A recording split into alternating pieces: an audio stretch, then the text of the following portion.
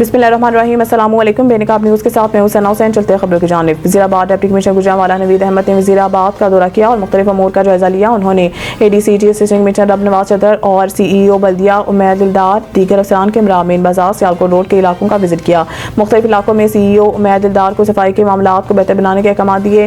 Deputy commissioner ने हुकूमत पंजाब के अहकाम पर तजावुज़ात के खिलाफ जारी ऑपरेशन बिला तफरीक अंजाम तक पहुँचाने के अहकाम दिए। डिप्टी कमिश्नर का कहना था कि दोबारा तजावुज़ात बढ़ाने वालों के खिलाफ सख्त कानूनी कार्रवाई अमल में लाई जाएगी।